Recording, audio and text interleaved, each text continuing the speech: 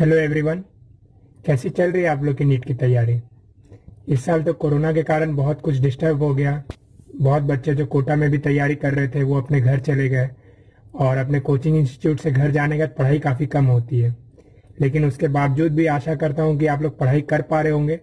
ये वाकई तारीफ की बात है। आज मैं आप लोग के साथ कुछ बातें शेयर करने जा रहा हूँ जो एग्ज़ाम देने से पहले काफ़ी ज़रूरी है जानना।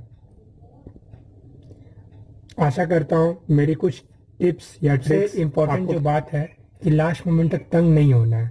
लोग क्या होते हैं कि हार मानना शुरू कर देते हैं अगर उनके प्रैक्टिस एग्जाम में नंबर नहीं आ रहे होते हैं। मैं आपको खुद बता रहा हूँ कि जब मैंने एलन में पढ़ाई कर रहा था तो उस समय मेजर एग्जाम होते थे जो कि फुल सिलेबस होता था। मेरे 400 से 450 के बीच ही ज़्यादातर समय नंबर आते थे, लेकिन मैं कभी डिमोरलाइज नहीं हुआ। मेन एग्जाम में मेरा 100 नंबर ज़्यादा, लगभग 550 के करीब नंबर आया। तो मेन चीज़ है कि आप कभी डरे नहीं। आज हम अपना डिस्कशन 4 पार्ट्स में करेंगे। पहला पार्ट होगा कि हम ओवरऑल बातें करेंगे कि ओवरऑल आपको किन बातों का ध्यान देना है। फिर उसके बाद सब्जेक्ट वाइज कि बायोलॉजी में आपको क्या ध्यान देना है, केमिस्ट्री में क्या ध्यान देना है और फिजिक्स में क्या ध्यान देना है। तो मैं आपको इन सारी टिप्स एक एक पार्ट में बताऊंगा। नीट में बहुत हद तक क्वेश्चंस रिपीट होते हैं, तो आपको प्रीवियस ईयर कम से कम 10 साल का पेपर करके जाना काफ़ी ज़रूरी है। बहुत चांसेस बनेंगे कि आपके पुराने क्वेश्चंस या उस टाइप के रिलेटेड क्वेश्चन आपके आ जाएं, तो ये आपको बहुत बड़ा फ़ायदा होगा। दूसरी चीज़ कि टाइम मैनेजमेंट। एग्ज़ाम में आपके पास 3 घंटे दिए हैं, तो अब जब आप प्रैक्टिस पेपर बना रहे हैं तो आप एम कीजिए कि आप 2 आवर्स 45 मिनट्स तक ख़त्म कर पा रहे हैं, जिससे कि आपको एक 15 मिनट बफर टाइम हरदम मिलेगा। और एक और बात आप ध्यान रख सकते हैं कि हर सब्जेक्ट जैसे बायोलॉजी, फिजिक्स और केमिस्ट्री आप एक एक घंटा का स्लॉट अपने माइंड में मैक्सिमम बांध लें कि बायो हमको 50 मिनट तक में कर लेना है, 50 से 60 मिनट में। केमिस्ट्री भी 1 घंटे में हो जानी चाहिए और बाकी जो बचा हुआ टाइम है लास्ट में हम फिजिक्स बनाएंगे। तो अगर ये माइंडसेट अगर आप बना के रखते हैं तो आपको पेपर देने में भी आसानी होगा और आप एक अपना समय किसी पर ज़्यादा वेस्ट नहीं कीजिएगा। वो सबसे इम्पोर्टेंट बात है।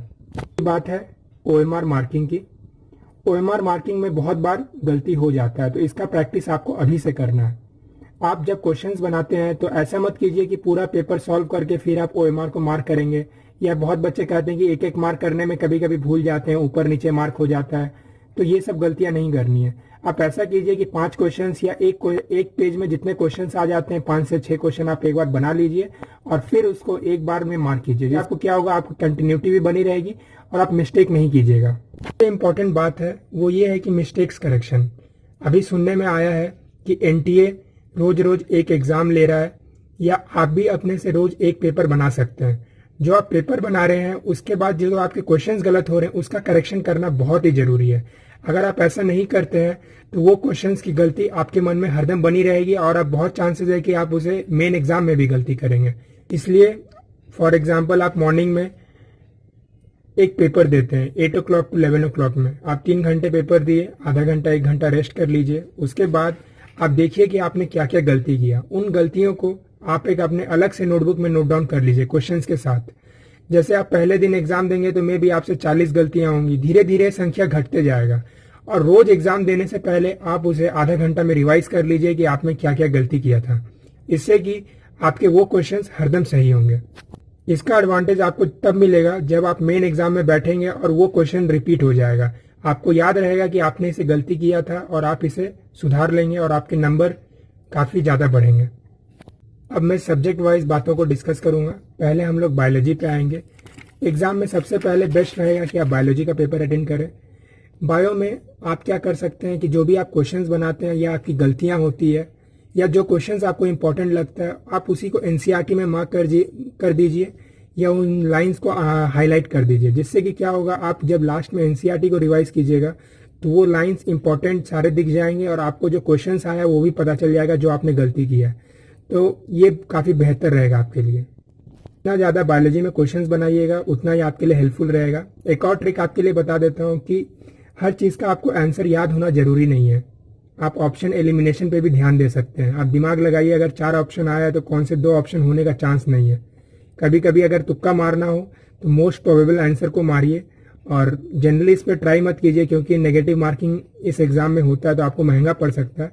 लेकिन जब आपको कभी मारना हो तो आप most probable answer option eliminate करके मारिए, तो बहुत चांसेस है सही होने का। केमिस्ट्री में आपका 3 पार्ट्स है, फिजिकल, ऑर्गेनिक और इनऑर्गेनिक।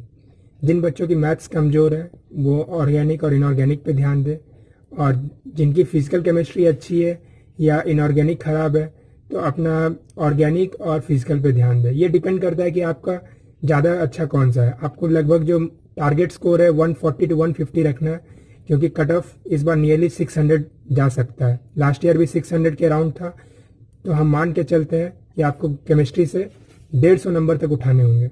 आपको अपने मन में एम रखना जरूरी है। अगर आप 600 तक का एम रखते हैं तो मे बी आप 550 तक पहुंचे, ठीक है। तो अगर आप 600 का एम रखते हैं तो 300 प्लस आपके बायो से होने चाहिए, 300 to 320, 150 नंबर आपके फिजिक्स केमिस्ट्री से जरूरी है। इनमें से जो आपका स्ट्रांग हो उसमें आप थोड़ा ज़्यादा नंबर बढ़ा लें या घटा लें, ये ऑल आप पे डिपेंड करेगा।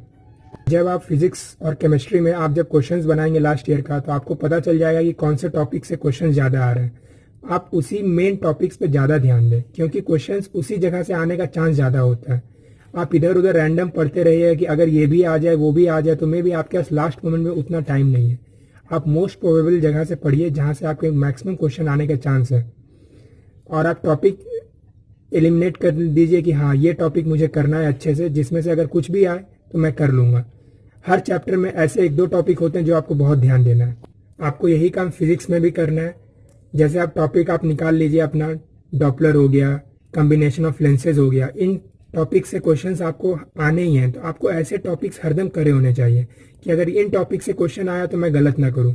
सबका अपना स्ट्रॉन्ग टॉपिक हो सकता है, उन टॉपिक्स को आपको कॉन्फिडेंटली करके जाना है कि हाँ अगर 45 में से आपको एम करना है कि 40 क्वेश्चन कौन कौन से टॉपिक से आएंगे तो मैं कर लूंगा। इस एम से क्या होगा कि आपके पढ़ाई का बर्डन भी कम होगा और आपकी स्ट्रैटेजी के अकॉर्डिंग आपको नंबर भी ज़्यादा आएगा। लास्टली जो सबसे इंपॉर्टेंट चीज़ है वो है आपकी माइंडसेट। अगर आपकी माइंडसेट पॉजिटिव नहीं है और आपको हरदम डर लगता है कि मेरा क्या होगा, तो मे भी आपका ना भी हो। हरदम आपको मान के चलना है कि हाँ एक मेडिकल सीट मेरे लिए रखी हुई है, चीज़ हरदम मान के चलना है। अपने आप स्टडी रूम या दीवार पे कहीं भी चिपका के रखिए कि हाँ मैं इस बार नीट क्रैक कर लूँगा, जैसे कि आपके मन में वो अंदर से शक्ति आएगी कि हाँ आप कर सकते हैं। ये चीज़ का होना बहुत ज़रूरी है। लास्टली आप सभी को ऑल द बेस्ट, और आप सभी को मैं मेडिकल कॉलेज में देखना चाहूँगा। अपनी कोई भी क्वेरीज आप चैनल पे पोस्ट कर सकते हैं, जिसको मैं समय समय पे आंसर कर दूंगा। Thank you everyone.